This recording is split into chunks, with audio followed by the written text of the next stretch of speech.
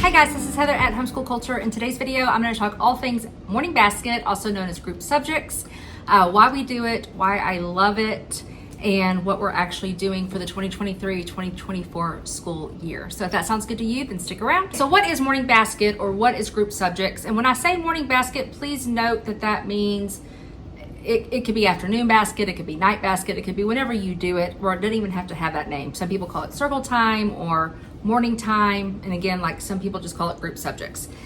And so it's a time for you and your kiddos to get together and to learn together collectively as a family. And I really say collectively because, as you know, as homeschool moms and dads out there, we are learning right along with them a lot of the times. That is why I love morning basket, or I love group subject, is because you're really cultivating that culture of learning within your home. And it's an amazing process, especially if you're new to it. In the beginning, it might seem a little, when I say cultivating that learning culture, it might seem a little forced. And it kind of is in the beginning, but after doing it maybe those first couple of months or maybe into that first year, you'll see that it just kind of comes natural. But you can do it so many different ways, and we've done that so many times where we see something out in nature, or we see something on like a movie that has to do with history, or whatever the circumstance is, and my kids are eager to go and search out more information. And to me, that is what that learning culture is. So it's a great thing to do for your family. Okay, so I'm going to discuss what we do here at our home for ours. Now, everything I'm going over, it is not anything that you have to do. You can have your own subjects that you do in morning basket.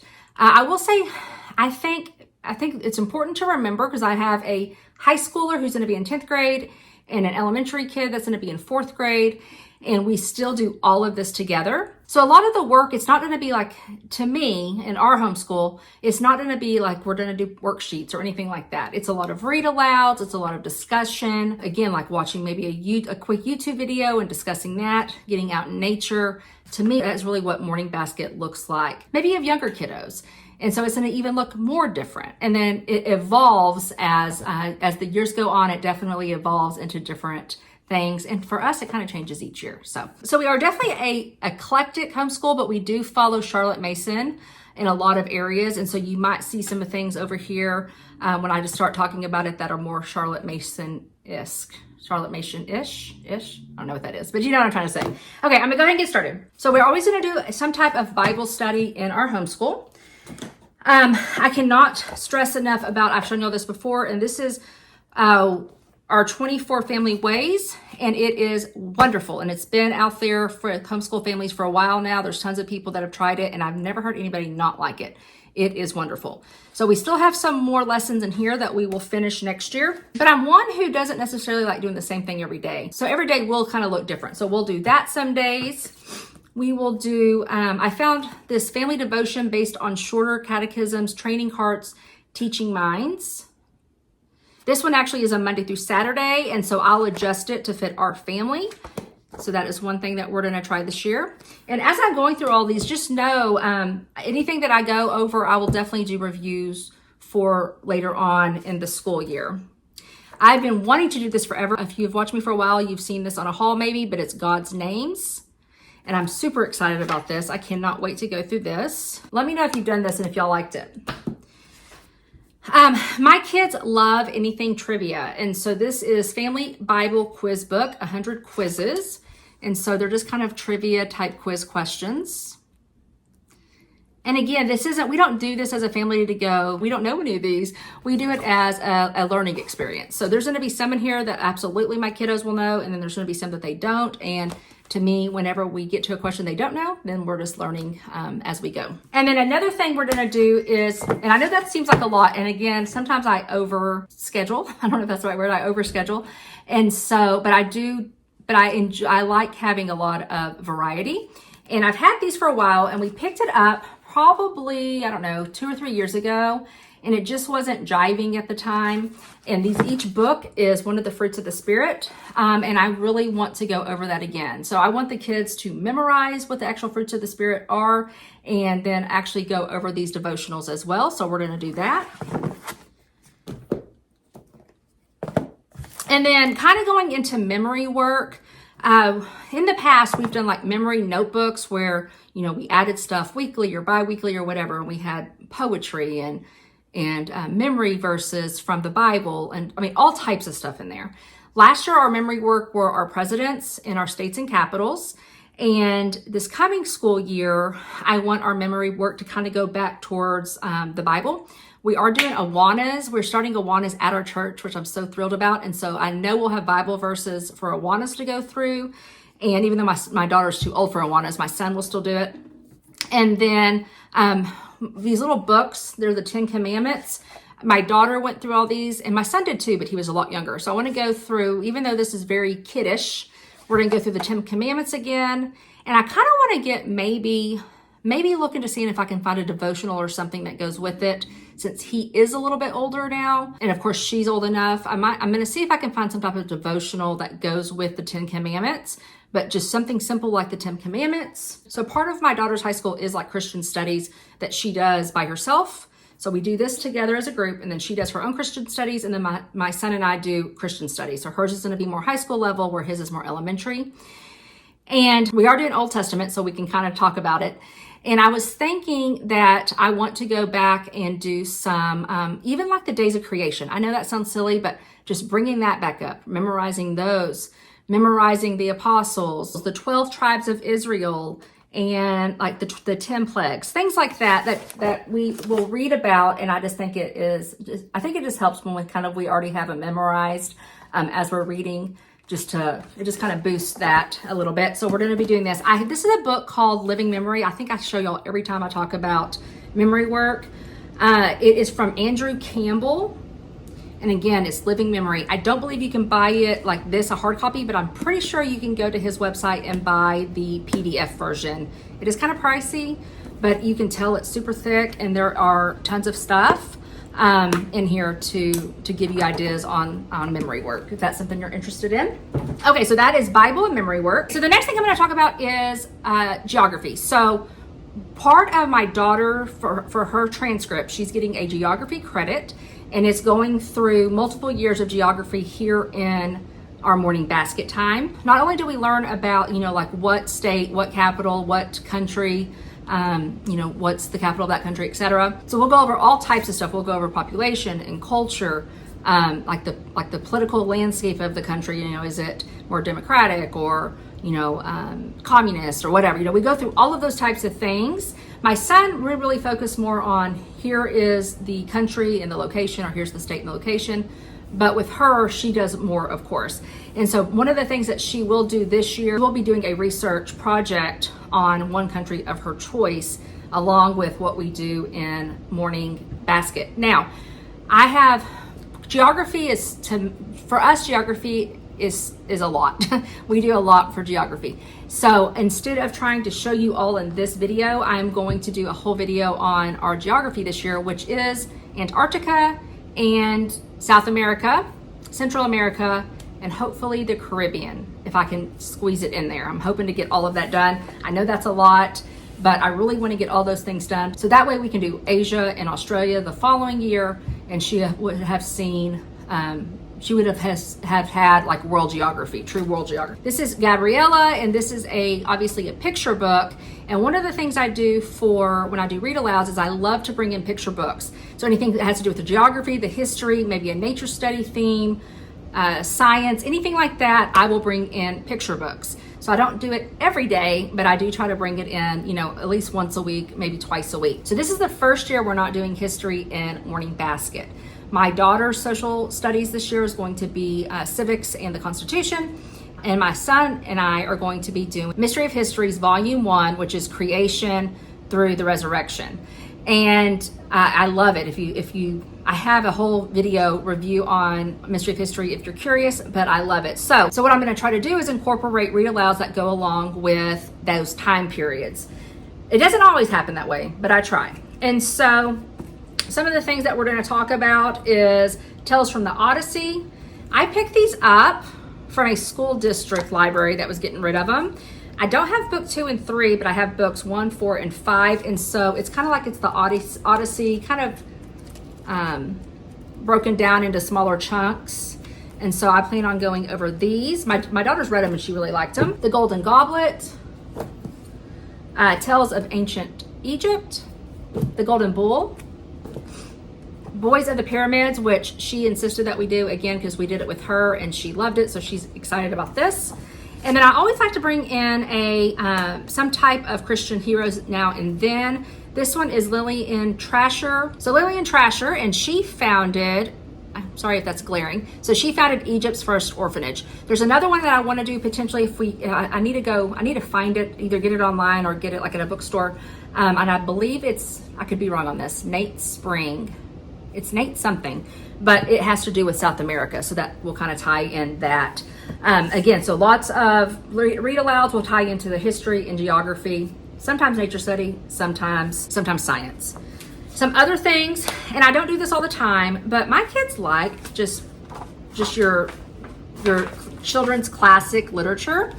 And so I was going through some books the other day and I was like, I don't know if I've ever gone through all of these. And so these are just some Aesop fables, some traditional stories. So I was thinking about sometimes like when we're kind of going in between, when we're going in between other read alouds, maybe picking this up and going through some of these. And again, my daughter's 14, but she loves them. I have not done a lot of Aesop fables with my son. So with my daughter I did, but with my son I didn't. And so I'm thinking about maybe bringing this out. And again, I might not necessarily do this during morning basket, but it might be like during lunch or something like that. Oh, this is just another read aloud. The Black Ships Before Troy, the story of the Iliad.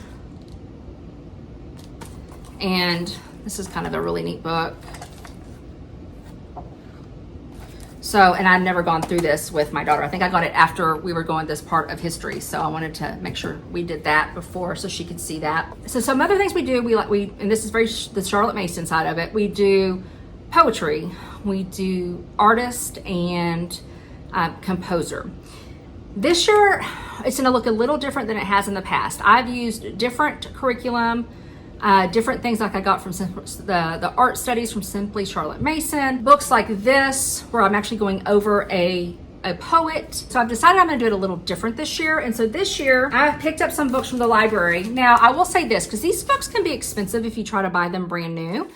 And so I picked these books up from the library. I'm gonna go through them and see if it's something that is worth purchasing, like if it's something that we'll definitely use. Poetry is usually done twice a week, art's done once, and composer's done once.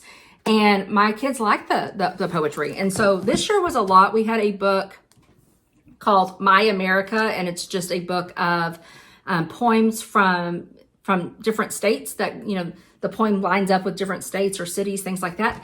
And they love doing it. And they always wanted to do multiples in the day. And so it wasn't so much about the poet and more about just enjoying the poetry itself. And I really liked that. And for the purpose of time, because we are limited, because she is in high school, we do need to get through things a little bit quicker.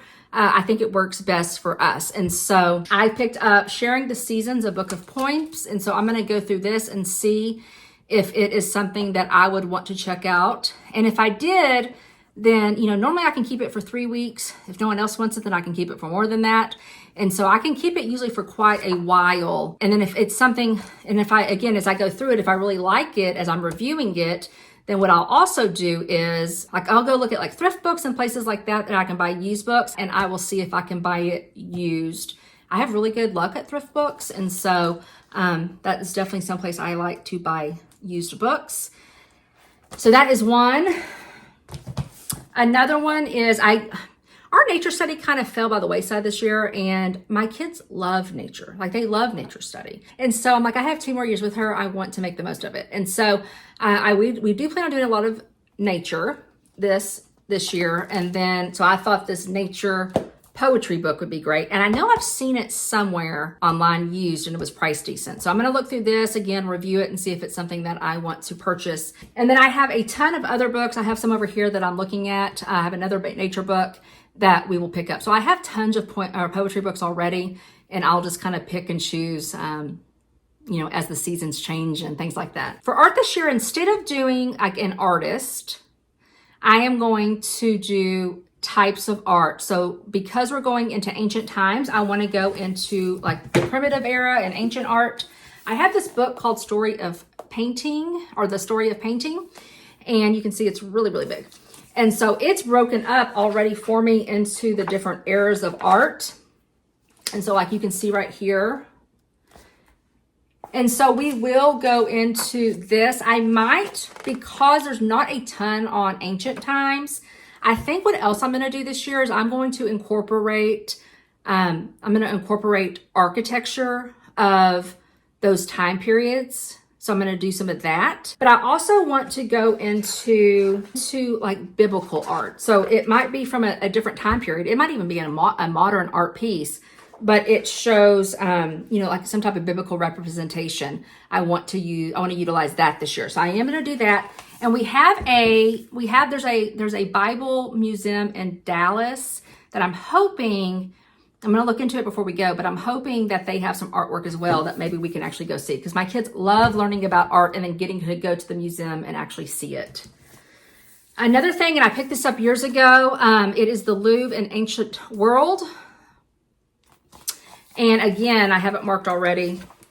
There's just like going over different sculptures and things like that of different time periods. When we talk about like ancient China, bringing up things, bringing up pictures maybe online, or again, YouTube videos, things like that. So it's going to be, I think art study this year is going to be a little bit different than we've done in the past, just because I'm going to utilize a bunch of different resources.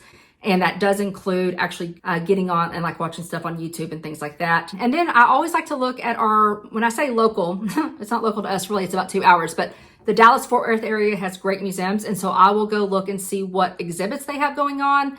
And like they have one right now called the Mayan Gods. Even though it might not mesh up perfectly with historically right now with the time period, I'm still gonna, since it's there, I still want to utilize that and go look and do some art study on like the Mayan culture and look at their art and stuff. So I'm trying to branch out a little bit and just kind of shake it up and do a little different things this year. So that's poetry and art.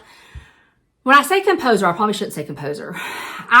Since we are doing South America, I really want to do Latin music, Latin dance. There's so much there when it comes to music and dance and things like that I think my kids would really enjoy. And so as we're learning about the different countries of South America and Central and the Caribbean, all of that, I'm going to incorporate music from that country as well as dance. So I'll let you know how that goes. And it's going to be a lot of prep on my part because I'm going to have to find, YouTube videos and things like that.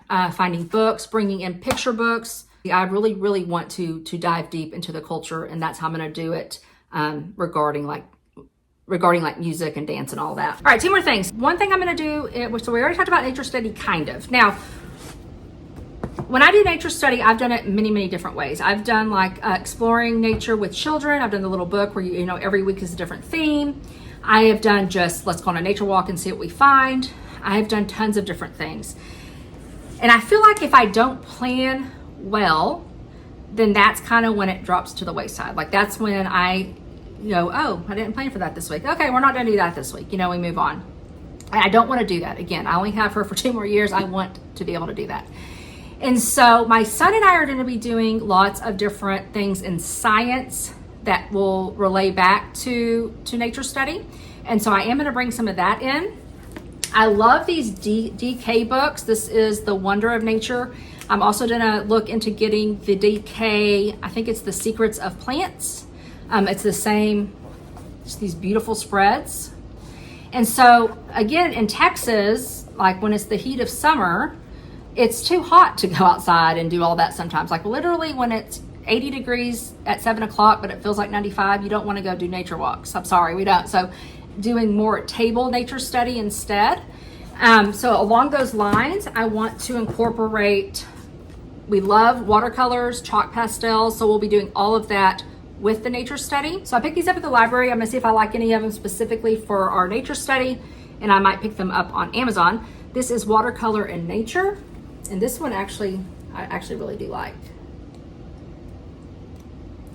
And so I could use this book alone. I mean, I could literally, again, for like a tabletop nature study, which I know isn't super Charlotte Mason, but sometimes you do what you have to do. We could, we could do one on flowers. And then the next week, do one on mushrooms. And then the next week, do one on you know, caterpillars or leaves. I mean, leaves and just leaves by itself, like that's, we could do nature study on that. So I'm definitely going to utilize books like this to just kind of help incorporate. So like, again, so instead of saying that week, well, we didn't do anything, I didn't plan anything, I'm going to pick out, you know, I'm going to get a book like this or one of these books, which we have animals, the universe. I'm hoping to get the plants, like I said, and I think there's an ocean one and something else. And I just love them. I love these spreads. It gives just a little bit of information, and it's usually something that we can go in and attempt to recreate using, like I said, watercolors or chalk pastels or whatever. This is how we're going to do nature study. Now, I have the other two I did was you can paint watercolors. I love things like this, especially like, I know I've seen one homeschooler, I think it's Salty Tribe, don't quote me on that, it's something like that. And she talks about how she goes in and like they'll do like different times a day. And they do that quite often. They'll do the skies colors like different types a day, or you could even do the skies colors like, you know, at the same time every day and just, you know, go see the difference for the week or whatever. And so I want to just little things like that aren't necessarily, it doesn't have to be the super extravagant lesson. It can be just getting out in nature and enjoying it. I know like in the past for me, when I try to do too much, it ends up making it where it's not fun, where they don't want to go do it. And so when I kind of step back and I almost take their lead, or I do something simple, you know, my kids are not big artists, but I do something simple like, hey, you know, let's just paint the colors of the sky. They're gonna like that. And then we can start talking about the clouds, you know, and that's how that learning culture, you know, evolves. And so my daughter, like, she knows all the clouds, but my son, we haven't actually gone over it yet. And so that was a great intro into like a little unit study with me and him to do, something like that. Okay, before I get to the last one, I'm just gonna say this real quick. So if you don't utilize the library, I would definitely try to utilize the library. All of these books can get so expensive, and I do understand that. And so again, that is why I go and like I look at these now. A lot of this stuff I got because I wanted to be able to share with y'all. But I will get these books and I'll review them. I'll decide, hey, do I want to buy this book? If it's something that I can use year after year after year, or if I could use it even the whole year, then I might buy it because I want to make sure I can get to it. Books like this, I was trying to find books on people from South America. So when we're doing geography and we're in South America and I get to Chile, I know I can go back to the library and get this book and have a, you know, a really neat picture book to share with the kids. The same applies with all these watercolor books. You know, is this something that I might actually want to purchase? Sometimes especially like with the watercolor books, it might be something that I actually do with them. Like we might do at least one lesson and then decide if I want to. And then sometimes you realize that, hey, I don't want that book. And so like I picked up this book, and because I was really trying to find art from Latin America, which is a lot harder than I thought it would be. And so even though I might try to incorporate art as well from South America or the Caribbean or whatever, I have a feeling I'm gonna have to do it more online because this just wasn't the book that is a lot of black and white. And I know for my kiddos, they're not gonna enjoy this or get that much out of it because of the black and the white prints instead of everything in full color. And so sometimes it's literally getting the book to let you know that no, you're not using it. Okay, last thing and then a bonus. Especially for the people who have never done morning basket before. Okay, my kids love trivia. Like I told you, I showed you that one Bible quiz book. But my kids love trivia, and so I always try to incorporate, for the most part, some type of trivia that goes with what we're learning. Even though we're not doing history and morning basket, we are doing read alouds that have history, and so I got this Top Trumps game. And so this would just be more of a game that we could play. Here's another game, Coral Reef, because we are, and again, my son and I will be doing some different things in science this year, which I'm gonna do a whole video on that. And so I will incorporate, because him and I, it's usually more fun to play with more than just two people. And so I will incorporate some nature study utilizing the science that my son and I are doing, and then also some games. And so, of course, Professor Noggin, the ocean life. Can y'all see that? And so that's just bringing in some type of trivia or games or things like that that maybe correspond somehow, or even if they don't correspond, but y'all enjoy doing them. It's just, again, having that time together. Some ways I have done this. So we do morning basket 4 days a week. We do Bible every day, geography every day, memory work every day, the read aloud every day.